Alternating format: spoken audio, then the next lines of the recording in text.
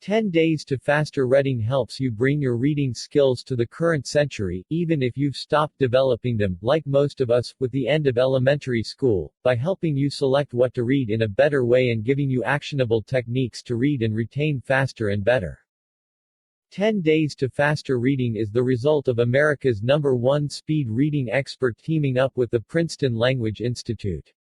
Over the span of 10 days, it encourages you to run various reading experiments, so you can figure out which bad reading habits you have to let go of, which good ones will help you, and what reading techniques you've already mastered. Whether you think you lack the time, the attention, or the memory to properly read, this book gives you a stretch of rope to hold onto and pull yourself out of the hole. Be restrictive with what you read by asking these 2 questions. 1. Don't just read everything, be picky and ask some questions first. 2.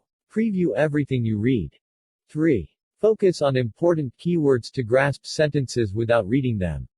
Ready to read like a pro. Let's crank up your literary intake.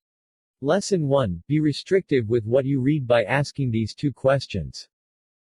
Just like true productivity doesn't mean doing everything, but doing it faster, being a prolific reader doesn't mean reading everything that lands in front of you. The easiest way to read more is to read less of the stuff you don't need to. Reading is food for the mind, and just like a good diet requires you to take responsibility for what you put in your mouth, you'll also have to stand up for what you put in your brain. The authors suggest you ask yourself 2 crucial questions before ever reading anything longer than a tweet. 1. Why am I reading this? 2. Why do I need the information that's in here?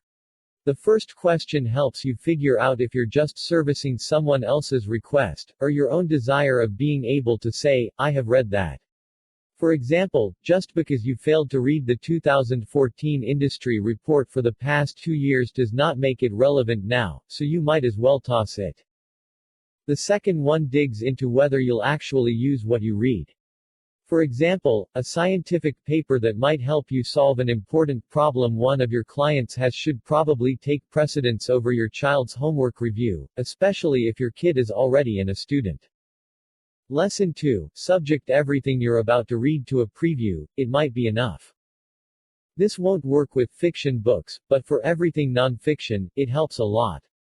By getting an overview of what a book or article is about, you'll get a better sense of the bigger picture and figure out which parts will be relevant for you to read in the first place. Just like you don't have to read everything that ends up in your hands, you don't have to read everything that's in whatever you do decide to read. Here's how: read the title, foreword and text on the back flap, followed by skimming the index. Then, leaf through the chapters and look at the headings and subheadings.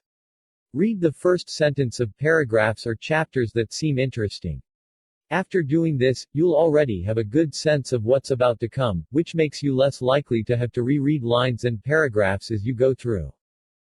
According to the authors, previewing can give you up to 40% of the information, and sometimes that's all you need.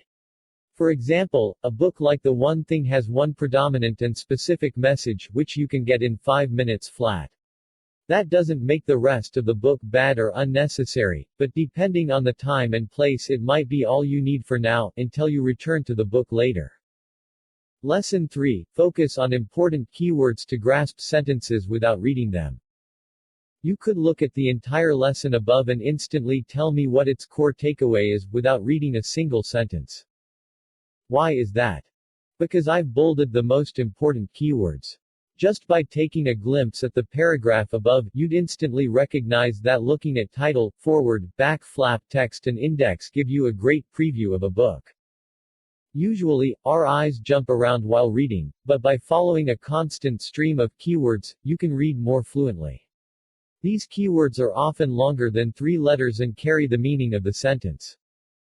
This is easier in texts with highlighted parts, like this summary, but with a little training you can employ this method even without particular visual guidance. 10 Days to Faster Reading Review. I was expecting a bunch of scammy speed reading techniques, but this turned out well.